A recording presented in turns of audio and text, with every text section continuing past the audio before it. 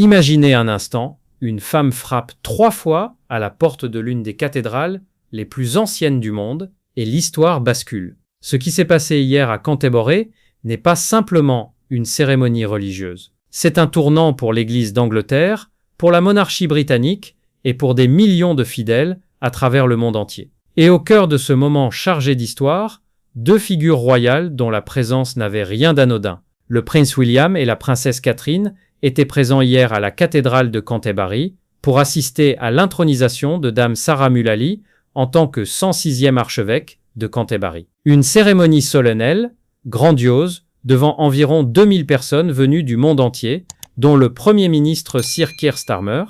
Mais ce qui rend cet événement véritablement exceptionnel, c'est que pour la première fois, en 1400 ans d'histoire, c'est une femme qui prend les rênes de la direction spirituelle de l'Église anglicane mondiale. William représentait ce jour-là son père, le roi Charles, gouverneur suprême de l'Église d'Angleterre. Et cette délégation royale n'était pas purement protocolaire. Car Dame Sarah Mullally pourrait bien être, un jour, celle qui couronnera William et Catherine comme roi et reine d'Angleterre. Difficile d'imaginer moment plus chargé de symboles. La cérémonie a débuté de la manière la plus ancienne qui soit. Dame Sarah, vêtue de robe d'un jaune doré profond, s'est avancée jusqu'aux portes de la cathédrale et a frappé 3 fois avec son bâton de pasteur. Des écoliers locaux lui ont ouvert les portes, et elle a déclaré solennellement, elle venait comme servante de Jésus-Christ, cherchant à voyager avec ses fidèles dans le service du Seigneur. Ces mots, rituels et immémoriaux, résonnaient pourtant autrement hier.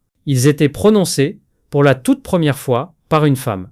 À l'intérieur de la cathédrale, la fanfare royale a retenti lorsque le prince et la princesse de Galles ont procédé côte à côte dans la nef pour rejoindre leur place dans le chœur. La congrégation s'est levée. William et Catherine ont souri, applaudi et se sont laissés porter par l'émotion collective d'un instant que l'on ne reverra jamais, parce que la première fois n'existe qu'une seule fois. Et tout au long de la cérémonie, le prince William semblait visiblement touché. Il a particulièrement apprécié la prestation du chœur africain de Norfolk, dont les membres ont chanté et dansé dans la cathédrale en robe aux couleurs vives, entonnant l'acclamation Muona dans une atmosphère de joie et de ferveur. On perçoit dans ces images quelque chose de rare, un futur roi qui laisse paraître, sans retenue, son plaisir sincère. Mais revenons à la femme, au centre de tout cela. Dame Sarah Mullally, 63 ans, n'a pas suivi un parcours théologique ordinaire. Ancienne infirmière, elle a consacré plus de 30 ans au service national de santé britannique, jusqu'à en devenir l'infirmière en chef pour l'Angleterre entière. Elle a été ordonnée prêtre en 2001, avant de devenir en 2018 la première femme à occuper le poste d'évêque de Londres. Mais aujourd'hui, elle franchit une nouvelle frontière, celle que personne avant elle n'avait jamais franchie. Dans son premier sermon prononcé en tant qu'archevêque, Dame Sarah a parlé de paix au Moyen-Orient, d'espoir et d'une église qui marche aux côtés des gens ordinaires. Elle a également reconnu les échecs de l'institution en matière de protection des fidèles, mentionnant explicitement les victimes et survivants d'abus et la douleur causée par les actions et les inactions de certains membres de l'Église. Ces mots, dans ce lieu, portaient un poids considérable. Car la raison pour laquelle ce siège était vacant n'est pas anodine. Son prédécesseur, Justin Welby, a démissionné en novembre 2024 dans un contexte de profond scandale. Un rapport avait conclu que l'Église avait dissimulé des abus en série commis dans les années 1970 et que Welby lui-même avait omis de signaler ces faits aux autorités lorsqu'il lui avait été porté à sa connaissance en 2013. L'institution était donc sous haute pression. Et c'est dans cette atmosphère de crise institutionnelle que Dame Sarah Mullally arrive, avec la mission non seulement de guider spirituellement, mais de reconstruire la confiance. La question se pose naturellement, pourquoi ce choix? Pourquoi une femme? Pourquoi maintenant? Tout semble indiquer que l'Église d'Angleterre a voulu envoyer un signal fort. Choisir une femme reconnue pour son calme, son pragmatisme issu du monde médical et son engagement sans équivoque envers les victimes d'abus, c'est peut-être la manière la plus directe de signifier que les choses vont changer. L'archevêque de York, Stephen Cottrell, le numéro 2 de l'Église d'Angleterre, a d'ailleurs déclaré que le monde entier se réjouissait de ce moment. Mais il serait naïf de penser que tout le monde partage cette joie. Une frange significative de la communion anglicane mondiale reste opposée à la nomination d'une femme à ce poste. L'organisation conservatrice Global Fellowship of Confessing Anglican a exprimé son opposition. Et plus tôt ce mois-ci, des membres du clergé traditionnaliste ont été jusqu'à choisir leur propre dirigeant, désignant l'archevêque rwandais Laurent Mbanda. On peut se demander jusqu'où ira cette fracture, et si Dame Sarah, malgré tous ses talents, aura les outils nécessaires pour maintenir l'unité d'une communion qui regroupe 85 millions de fidèles répartis dans plus de 165 pays. C'est là que la présence de William et Catherine prend une dimension supplémentaire. En assistant à cette cérémonie, en représentant le roi, le prince de Galles envoie un message institutionnel clair. La famille royale soutient cette nomination.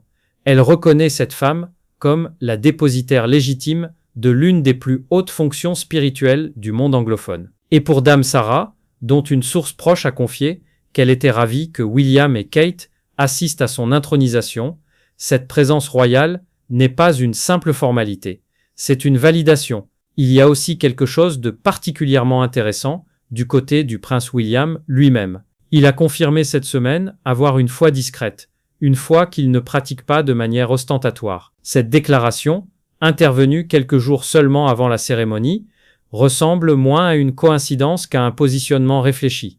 William choisit ce moment précis pour parler de sa foi, puis se présente comme représentant de son père devant 2000 personnes et des millions de téléspectateurs. On ne peut s'empêcher de voir dans cette séquence la main d'une communication royale soigneusement orchestrée.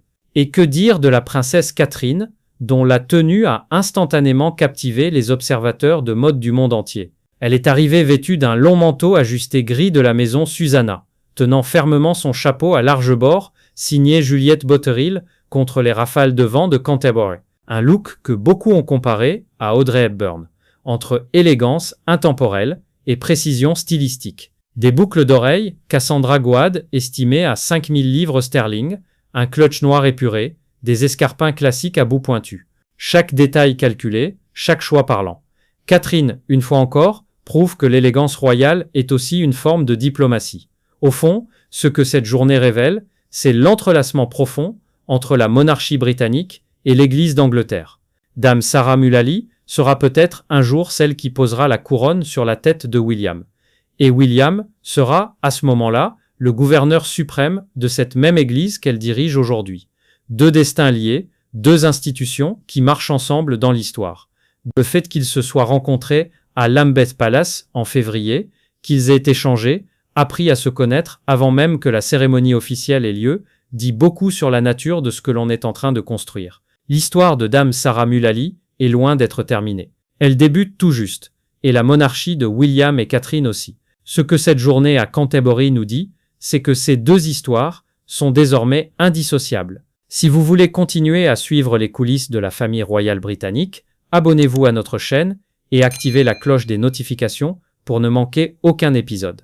Et dites-nous en commentaire, pensez-vous que Dame Sarah Mullally va réussir à réunifier une église anglicane profondément divisée ?